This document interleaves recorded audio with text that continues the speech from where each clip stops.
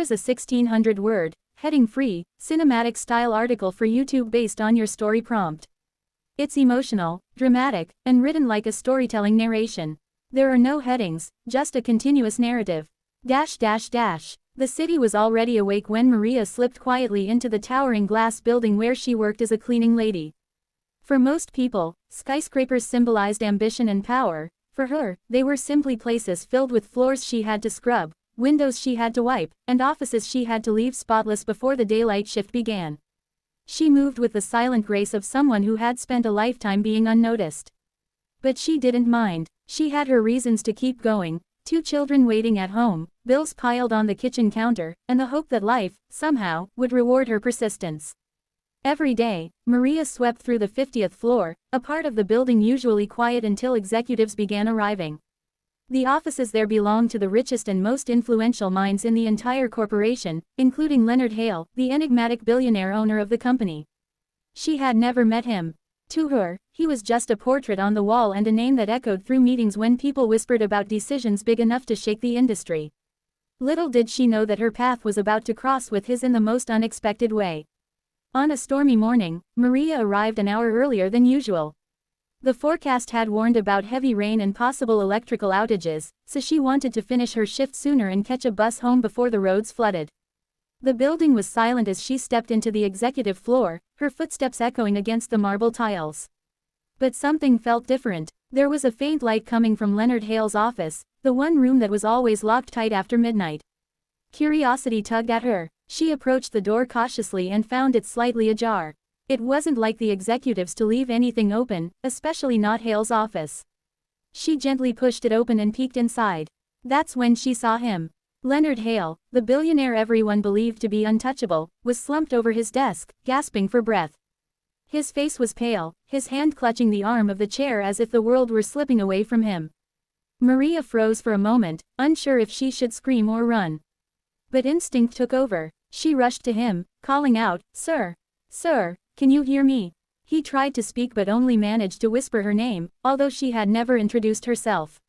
His voice trembled, and for a moment, she thought she was witnessing the last seconds of a man who had everything except someone to notice when he was breaking. Maria dialed emergency services and followed the instructions, keeping him conscious until help arrived.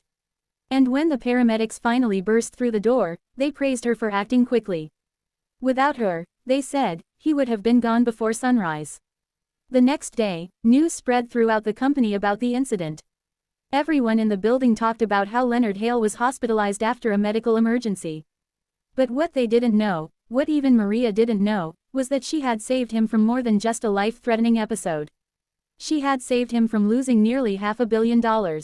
For months, Hale had been under immense stress due to a covert plan brewing within his top executive board. A merger was being pushed through with suspicious speed, and several board members were quietly manipulating documents and numbers to hide the fact that the deal would drain the company's reserves and hand control to an outside competitor. Hale had sensed betrayal but didn't know how deep it went. On the night Maria found him, he had been analyzing the documents, desperately looking for the missing pieces of the puzzle. Maria had unknowingly walked in at the exact moment the evidence lay spread out over the desk. And by calling for help, she prevented the conspirators from erasing it.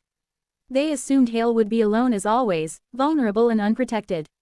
But they hadn't counted on the presence of a poor cleaning lady, a woman invisible to their world but very much capable of altering its fate. A week later, Leonard Hale returned to the office. He was thinner, quieter, and far more observant than before. The first thing he asked his assistant was, "Where is the woman who saved my life?" Maria was terrified when she was told he wanted to see her. She had done nothing wrong, but the idea of standing in front of a billionaire made her feel like a child about to be scolded for touching something expensive. She entered his office with trembling hands and eyes fixed on the floor. Hale stood near the window, the city lights reflecting on his suit. He turned to her with a warm smile that didn't match his usual stoic expression. "You came into my office that night," he said softly. "You saved me." She nodded nervously. "I just did what anyone would have done, sir." He shook his head. "No, most people would have walked away. You didn't." He gestured for her to sit. She refused until he insisted. Then he showed her the files she had unknowingly protected, the documents that exposed a $500 million fraud. "You didn't just save my life, Maria," he said. You saved my company. You saved the jobs of over 8,000 employees who would have been out of work if this deal had gone through. Her eyes widened. She hadn't imagined anything like that. She had only done what felt right. She had simply felt that something was wrong. He leaned forward. Tell me, why were you here so early that day? Maria hesitated. She didn't want to tell him about the rent due next week, or her daughter's medical expenses, or the extra bus fare she was trying to save. But something about his gentle patience made her speak. She told him everything, her struggles, her sacrifices, her dreams of giving her children the future she never had. When she finished, she expected pity from him, maybe even sympathy. But what she saw instead was admiration. Maria, he said slowly, you have worked here for 8 years, and yet no one ever noticed your dedication. That changes today. He handed her an envelope. Inside was not money, but something far greater, a contract. A new position, full-time staff member, higher pay, benefits, health insurance for her children, and the promise that she would never again feel invisible in the place she cleaned every day. Tears rolled down her cheeks. She whispered, Sir, why are you doing this? Leonard smiled. Because you saw me when nobody else did. Because sometimes the people who seem the smallest carry the biggest hearts. And because kindness should be rewarded, not ignored. But that wasn't the end. 3 months later, after cleaning up the company's internal corruption, Hale called a press conference. He stood on the stage with confidence and pride, announcing new policies to protect employees, increase transparency, and build a foundation of trust that couldn't be shaken by greed. At the end of the conference, to everyone's shock, he invited a cleaning lady onto the stage. The cameras flashed, the reporters murmured in confusion, and Maria walked up trembling, not understanding why she was there. This, Hale said, placing a hand on her shoulder, is the woman who saved this company.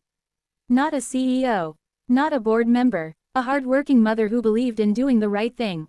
The applause was thunderous. People cheered not for him, but for her, for the unsung hero who had walked unnoticed through hallways for years yet had changed everything with a single act of courage.